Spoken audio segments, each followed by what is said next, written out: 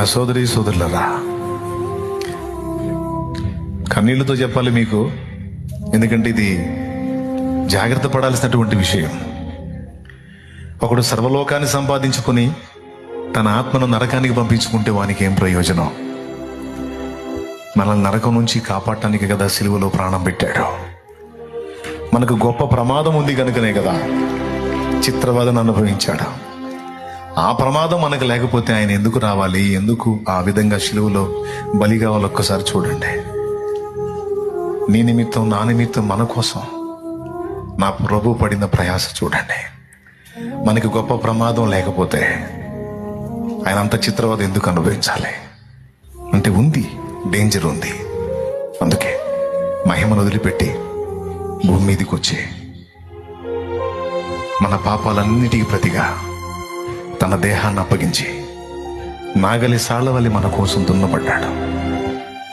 ఆ సిలువను అనుభవించేటప్పుడు యేసయ్య ఏం ఆలోచించాడో తెలుసా? నేను ఈ బలియాగాన్ని చేస్తే నా ప్రేమను తెలుసుకొని తమంతట తామే స్వచ్ఛందంగా మారి తమ జీవితాన్ని నాకు అప్పచెప్పే నా బిడ్డలు ఉన్నారు.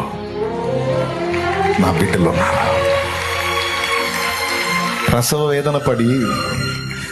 వేదన పడి మరణాన్ని రుచి చూస్తుంది అమ్మ ఒక బిడ్డకి జన్మనిచ్చేటప్పుడు.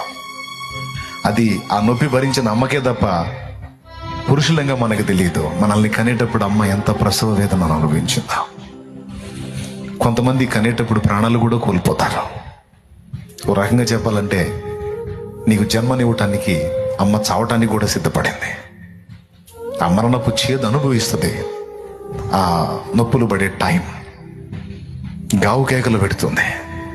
కానీ అంత బాధలో, అంత కేకల్లో కూడా అమ్మ ఏం తెలుసుకుంటుందో తెలుసా? కొంచెం నేను భరిస్తే, కొంచెం నేను ఓర్చుకుంటే ఒక బిడ్డకు జన్మనిచ్చిన దాన్ని అవుతాను. నా ఈ కష్టం వల్ల ఒక బిడ్డ ఈ లోకంలోకి వస్తాడు, ఒక బిడ్డ ఈ ప్రపంచంలోకి వస్తాడు అని అమ్మ ఆశపడి అంత యాతను అనుభవించింది. నా యేసయ్య అంత వేదన ఎందుకు అనుభవించాడు తెలుసా? నేను ఇలా ఈ వేదన అనుభవిస్తే దీన్ని బట్టి అనేక మంది నా బిడ్డలు పరలోక రాజ్యంలో అడుగు పెడతారు. నా బిడ్డలు పాపాన్ని కడిగేసుకొని, దిద్దుకొని, మార్పు చెంది ఒక క్రొత్త జీవితం జీవించడానికి అవకాశం నేను ఇవ్వాలి. నేను ఇవ్వకపోతే వాళ్ళకి దొరకదు అని అది మనకివ్వడానికి ఆయన ప్రాణం పెట్టాడు. యేసయ్య ఇచ్చిన ఈ అవకాశాన్ని మనకెవరు ఇవ్వలేదు.